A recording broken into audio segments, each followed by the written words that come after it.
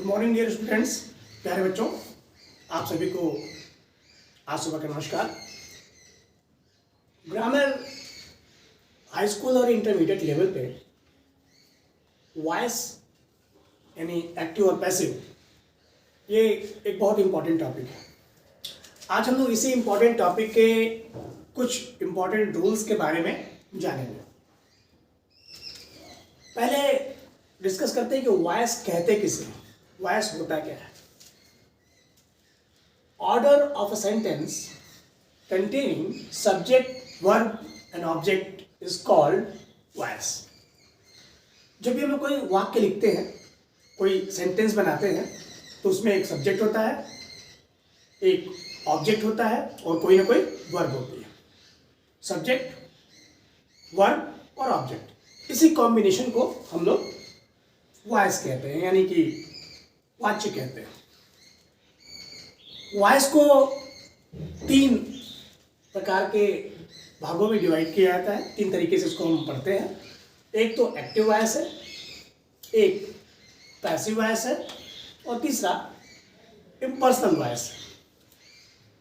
आप लोगों ने एक्टिव और पैसिव वॉइस के बारे में सुना होगा। इम्पर्सनल वॉइस के बारे में हम थोड़ा पढ़ते नहीं हैं, वो हमारे टॉपिक में ज़्यादा आता नहीं है, लेकिन तीनों के बारे में हम बात करेंगे। एक्टिव वॉइस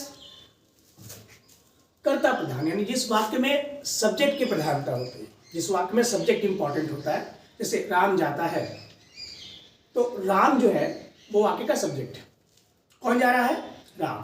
तो इंपॉर्टेंट कौन हो गया? किसके बारे में बात हो रही है? राम के बारे में। तो ऐसे वाक्यों को हम बोलेंगे एक्टिव वॉइस, क्योंकि इसमें सब्जेक्ट जो है वो हमारा इंपॉर्टेंट है, प्रधान है, मेन है। पैसिव वॉइस में क्या होता है? पैसिव वॉइस में कर्म प्रधान होता है, ऑब्जेक्ट प्रधान। किसने किया ये इंपॉर्टेंट नहीं है, क्या हुआ ये इंपॉर्टेंट है। जैसे a letter was written, a letter was written, चिट्ठी लिखी गई। तो चिट्ठी लिखी गई ये बात इंपॉर्टेंट है, न कि किसने लिखी ये इंपॉर्टेंट है। तो यहाँ पर हम पैसिव वॉइस यानी इसको हम कर्म प्रधान वाक्य के रूप में जानते हैं। और तीसरा वाक्य जो है वो, तीसरा जो वाक्य है वो है इम्पर्सनल वॉइस, जिसमें भाव की प्रधानता होती है, ना कर्ता की प्रधानता होती है, ना कर्म की प्रधानता होती है। जो कार्य किया गया उसमें क्या भाव छिपा है उसकी प्रधानता होती है। लेकिन फिलहाल हाई स्कूल और इंटरमीडिएट के जो ग्रामर में आप लोगों के कोर्स में जो आता है वो एक्टिव और पैसिव के बारे में आता है। अब हम लोग आते हैं टॉपिक पे एक्टिव और पैसिव के। कुछ इंपॉर्टेंट रूल्स होते हैं जो एक्टिव से पैसिव बनाते समय हमको याद होने चाहिए। तो आप लोग याद कर लीजिएगा, क्योंकि बिना याद किए तो कुछ होना नहीं है। ठीक है, रूल्स आपको याद होने चाहिए। तो पहले हम रूल्स को डिस्कस कर लेंगे, आगे के लेक्चर्स में हम एग्जांपल्स के साथ उनको समझाएंगे भी। जब हम रूल्स की बात करें, rules to change from active to passive, तो पहला रूल जो सबसे इंपॉर्टेंट रूल होता है वो क्या है? सब्जेक्ट को ऑब्जेक्ट से और ऑब्जेक्ट को सब्जेक्ट से बदल देते हैं। जैसे ये वाक्य दिख रहा है ना आपको, ये सब्जेक्ट एक्टिव वॉइस में लिखा हुआ है, ही रोट ए लेटर। ठीक है, ये सब्जेक्ट हो गया, ही किसने लिखा? ही, ये सब्जेक्ट हो गया। क्या किया? रोट, ये क्रिया हो गई, लिखने का कार्य किया। और क्या लिखा गया? लेटर, चिट्ठी, ये आपका ऑब्जेक्ट हो गया। तो जब हम पैसिव बनाएंगे तो हम इसको चेंज कर देंगे, यानी ऑब्जेक्ट को सब्जेक्ट की जगह पे लाएंगे और सब्जेक्ट को ऑब्जेक्ट की जगह पे लाएंगे। ये पहला और बेसिक रूल है। दूसरा रूल क्या है? दूसरा रूल है कि न्यू ऑब्जेक्ट, यानी जो नया ऑब्जेक्ट है उसके पहले बाई का प्रयोग करते हैं। यानी जो हमारा नया ऑब्जेक्ट लगेगा, यानी जो पहले सब्जेक्ट था जिसको हमने ऑब्जेक्ट बना लिया, उस नए ऑब्जेक्ट के पहले हम बाई का यूज करेंगे, बाई का प्रयोग करेंगे।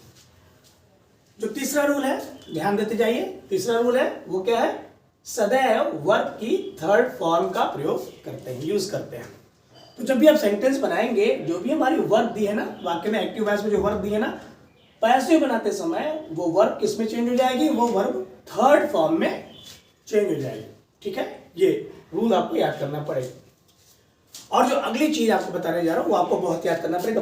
बच्चे अक्सर इसी में गलती कर देते हैं, मैंने स्टूडेंट्स को देखा है गलती करते हुए। तो इसको क्योंकि याद नहीं होता है, तो इनको आप याद जरूर कर लीजिए। जब ये याद रहेगा ना तो अगले लेक्चर्स में आपको एग्जाम्पल्स समझाएंगे तो आपको ज़्यादा समझ में आएगा। अब हम बात करते हैं कि पैसिव बनाते समय जो एक्टिव का टेंस होता है ना वो चेंज हो जाता है, पैसिव में वो चेंज हो जाता है। और कैसे चेंज होता है इसके लिए एक चार्ट हमने बना के यहाँ पे दिया है, जिसको हम आपको बोल के समझा भी रहे हैं। जैसे जब कोई भी वाक्य एक्टिव वॉइस में होगा और प्रेजेंट इंडेफिनिट होगा, प्रेजेंट इंडेफिनिट में कौन सी सहायक क्रिया लगती है, डू या डज। तो जब पैसिव में उसको बदलेंगे तो डू डज नहीं लगेगा, वहां पे क्या लगेगा, डू डज की जगह पे अब इज एम आर लगेगा। ठीक ऐसे ही जब कोई सेंटेंस एक्टिव वॉइस में कॉन्टिन्यूअस में हो, प्रेजेंट कॉन्टिन्यूअस में हो और इज एम आर लगा हो, तो जब हम पैसिव बनाएंगे तो इज एम आर अब प्रयोग में नहीं आएगा, उस इज एम आर को हटा देंगे और उसकी जगह पे क्या लगाएंगे हम, इज एम आर तो लगाएंगे, साथ में बीइंग, BEING, बीइंग भी जोड़ देंगे। ठीक ऐसे ही जब कोई वाक्य प्रेजेंट परफेक्ट में होगा और हैज या हैव लगा होगा सहायक क्रिया, तो उसको हम हैज बीन या हैव बीन में चेंज कर देंगे। और याद रखिएगा कि जब प्रेजेंट परफेक्ट कॉन्टिन्यूअस टेंस में सेंटेंस हो एक्टिव वॉइस में, यानी हैज बीन हैव बीन पहले से लगा हो, तो ऐसे वाक्यों को पैसिव में नहीं बदलते, नो चेंज। ठीक ऐसे ही आप देखिए पास्ट टेंस में पास्ट इंडेफिनिट जब होगा, यानी डिड या वर्ब की सेकंड फॉर्म होगी, पैसिव बनाते समय हम क्या करेंगे, पैसिव बनाते समय हम डिड या वर्ब की सेकंड फॉर्म को हटा के वाज या वर का प्रयोग करेंगे। पास्ट कॉन्टिन्यूअस में जहां पहले से ही वाज वर होता है, वाज वर्ब को हम हटा देंगे और वाज वर्ब को लिख के तो उसके साथ क्या लगाएंगे, बीइंग, BEING, बीइंग भी लगाएंगे। पास्ट परफेक्ट में क्या होगा, पास्ट परफेक्ट में हैड होता है ना, तो हैड को हटा के हम हैड बीन का प्रयोग करेंगे। पास्ट परफेक्ट कॉन्टिन्यूअस में जो हैड बीन होता है, उस हैड बीन कहने का मतलब है कि पास्ट परफेक्ट कॉन्टिन्यूअस है, यानी अब ये चेंज नहीं होगा, तो उसको हम नो चेंज, देखिए नो चेंज लिखा है, तो हम चेंज नहीं करेंगे। कौन कौन सा चेंज नहीं करता है अभी आपको हम बताएंगे। ठीक है, एक बार फिर से फ्यूचर इंडेफिनिट में जहां विल और शैल है, विल और शैल को हटा के क्या लिखेंगे हम पैसिव में, will be shall be. Future continuous में जहां विल बी शैल बी लिखा होता है, कॉन्टिन्यूअस को हम चेंज नहीं करते, नो चेंज। फ्यूचर परफेक्ट में जहां विल और शैल हैव होता है ना, उसको हटा के हम विल हैव बीन और शैल हैव बीन में चेंज कर देंगे। और फ्यूचर परफेक्ट कॉन्टिन्यूअस में जहां विल हैव बीन और शैल हैव बीन होता है, वहां पे भी क्या होगा, चेंज नहीं होगा। यानी इन टोटल 12 टेंसेस में से जो 4 टेंसेस नहीं बदलते कौन कौन से है, ध्यान दीजिएगा, वो है present perfect continuous, past perfect continuous, future continuous और फ्यूचर परफेक्ट कॉन्टिन्यूअस। इनको पैसिव में चेंज नहीं करते। स्टूडेंट्स, मेरे प्यारे बच्चों, मेरे साथियों, आप ये भी ध्यान दीजिएगा कि अगर वाक्य में कोई मॉडल ऑक्सिलरी आई हो, जैसे can, could, may, might, should, must, ought to, ये जो भी है, इनमें टू छिपा होता है। ऐसे मॉडल्स में टू का भाव जो है निहित होता है, छिपा होता है। तो आप पैसिव जब बनाएंगे ना, तो इनके बाद क्या करेंगे, बी लगा देंगे। ठीक है, जब आप बी लगाएंगे तो आपका नया हेल्पिंग वर्ब यानी ऑक्सिलरी वर्ब तैयार हो जाएगा। ये कुछ बेसिक रूल्स हैं, इनको जाने बिना हम परिवर्तन नहीं कर सकते। देखिए, सब्जेक्ट को ऑब्जेक्ट में बदलना है, ऑब्जेक्ट को सब्जेक्ट में बदलना है। क्या करना है, हमें हमेशा वर्ब की थर्ड फॉर्म का प्रयोग करना है, नए ऑब्जेक्ट के पहले बाई का प्रयोग करना है और टेंस को बदल के नए हेल्पिंग वर्ब्स का यूज करना है। ये बेसिक रूल्स है। अगले वीडियो में, अगले पार्ट में एक्टिव पैसिव के मैं आपको इंट्रांजिटिव वर्ब क्या होता है, उसको पैसिव में क्यों नहीं बदलते हैं, उसके बारे में डिस्कस करेंगे। और साथ ही अगर 2 ऑब्जेक्ट्स आ जाए किसी वाक्य को बनाते समय, यदि 2 ऑब्जेक्ट्स आ जाए तो उनको कैसे बनाया जाता है, इस बारे में डिस्कस करेंगे और एग्जाम्पल के साथ इन सारे रूल्स को आपको समझाया जाएगा। तो आप लोग तब तक के लिए रूल्स को लिख लें, लिखेंगे तभी तो याद होगा, तभी तो समझ पाएंगे।